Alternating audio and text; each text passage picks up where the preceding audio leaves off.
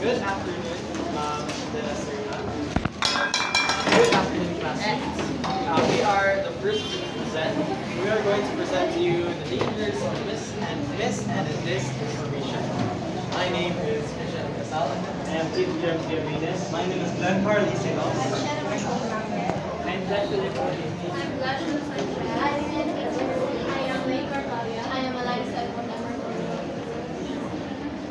And today I'm co-injured.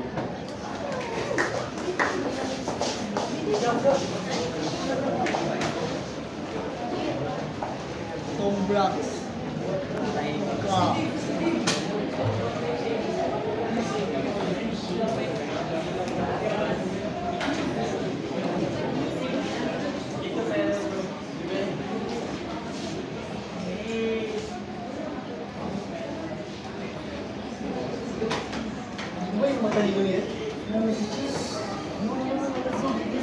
Hi guys. How are you doing? Are you doing the assignment? Very smart siya, no? Right? Very smart. Ang haba ng instruction ah. Ano to? Solution. Teka, excuse me. Yeah, dito na kami gano'n. Mahuwala na kami.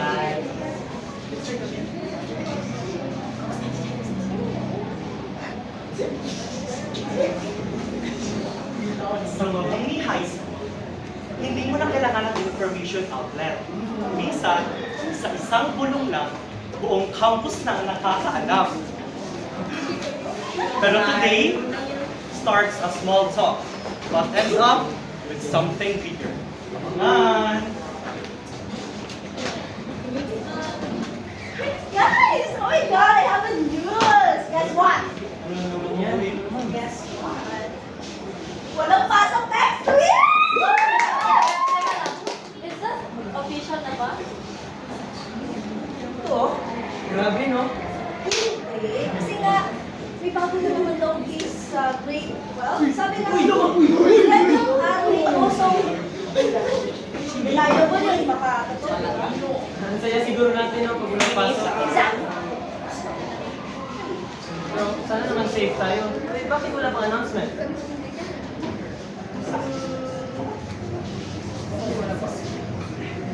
Wait, bakit naniniwala kayo agad dyan? Eh, hindi pa nga nag-post yung board sa school. Tsaka, puro lang naman yan nasa GC eh. Well,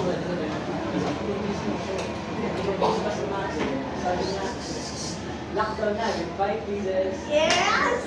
Perfect! Yes! May 40 reacts na agad. Alam mo, pag may balita, mas funny kapag may... Graphics! Teka. Guys, real talk lang. That's misinformation.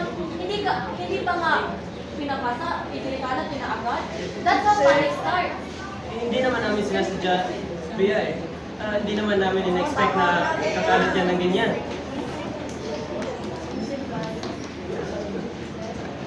Exactly. That's how danger starts.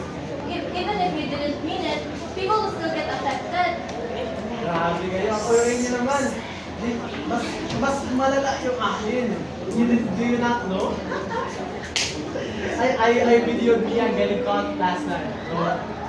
She didn't exam, but obviously, I made it out. Pero, mas malala siya. Pero, bro, diba? Nag-trending nga sa Twitter ngayon eh. Social media. No, we caught it. Pero, it's just for fun, you know? Hindi naman yan makakasakit ng mga tao, di ba? Hindi nakakasakit. Leo, alam mo hindi totoo, pero bakit mo pinost?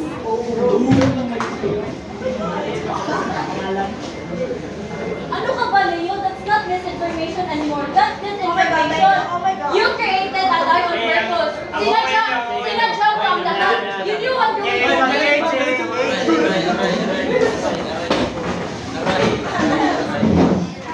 Morning class.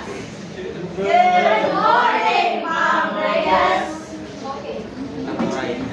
So before we begin, I need to clarify something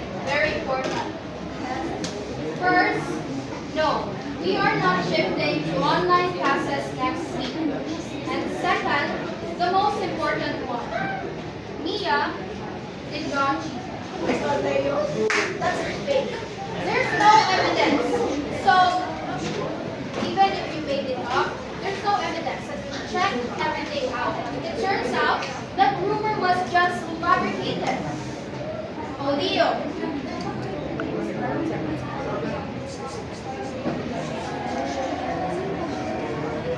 Oh, Leo.